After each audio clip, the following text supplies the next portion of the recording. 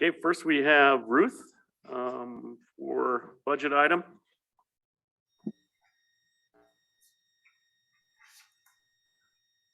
Good afternoon, Council, Mr. Chairman.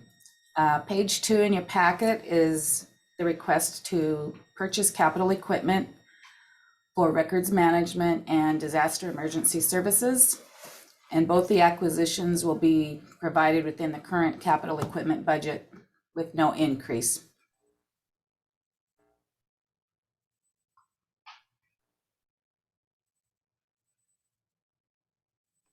Motion by Glenn to approve the approval to purchase capital equipment. Second by Jimmy to approve the purchase of capital equipment as presented by Ruth. Any other further discussion? Seeing none, show of hands for those in support. Unanimous. Thanks, Ruthie. Thank you. Have a good day. You too. Have a good weekend. You too. Okay, Whisper. Hi, everybody. I have Shannon Claremont and Carrie Eunice with us today. We're here to talk about page 3 and 4 of your packet. And we're going to be discussing bison range genetics and some potential partnering with the DOI Bison Work Group. And I'm going to let Shannon chat about it, and I'll chime in later. Good afternoon, Council Chairman. Following this year's roundup and protocols that while we were following the CCP of Fish and Wildlife Service, the handling of the bison went on for 3 days, but the actual handling and the sampling is very extensive in its nature, very intrusive in its nature. And we were looking for something a little less expensive to go on with the genetic testing on the herd. We've got an offer from the Bison Working Group from the Department of the Interior, and an offer for them to send in some historic or archived genetics from 2016, I believe. And so it was when Fish and Wildlife Service was still in control of the herd. They have 35 samples that they're willing to run through their SNP genetics, which will actually go further out on loci.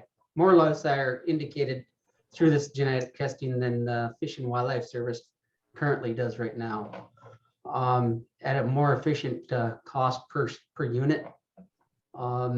It's less intrusive to the bison herd itself, because when we talked with Brennan Moynihan about this, he said that we don't even have to bring the herd in every year.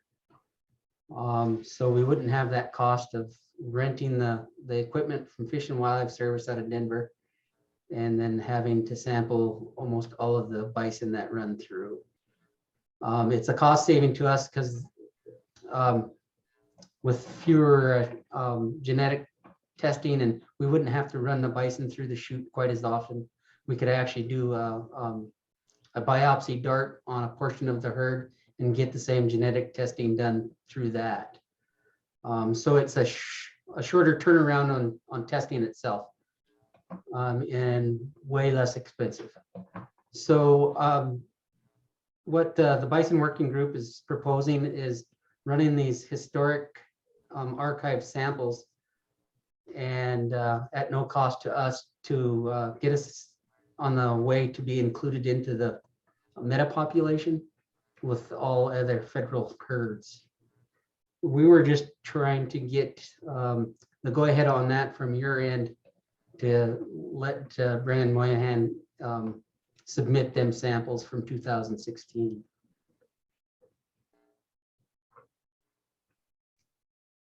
And one addition to that, and I don't know that I wrote it in my ask exactly, the action required I did say that we wanted to be part of the DOI working group with ongoing research and planning. They have invited CSKT as the only non-federal herd to be part of the work group. So we would be able to participate in their discussions and their decision-making. And if it comes to the point of moving some bison around, if we choose to do that, we would be part of that group. So we are asking, in addition to allowing them to run the legacy samples from the bison at the bison range that we now are in control of, to also allow us to be part of the DOI working group for bison management.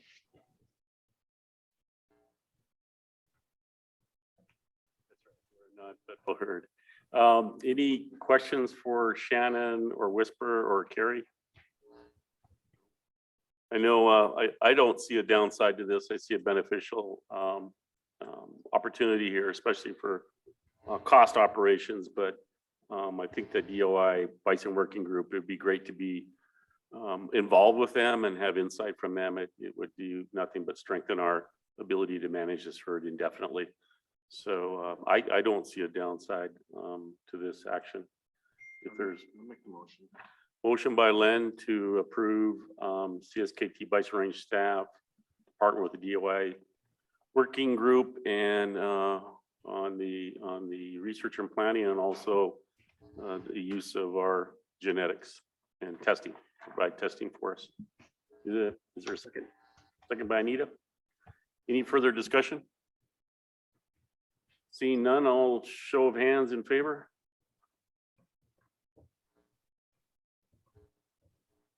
I think Martin, I might have missed Martin. I think it's unanimous. Thank you. Thank you.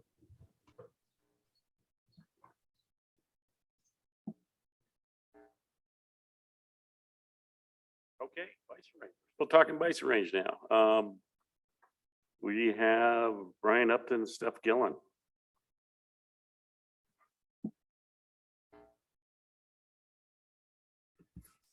Good afternoon, Chairman. Good afternoon, Council. Hi, Brian. I would recommend that we go into executive to talk about some of the updates.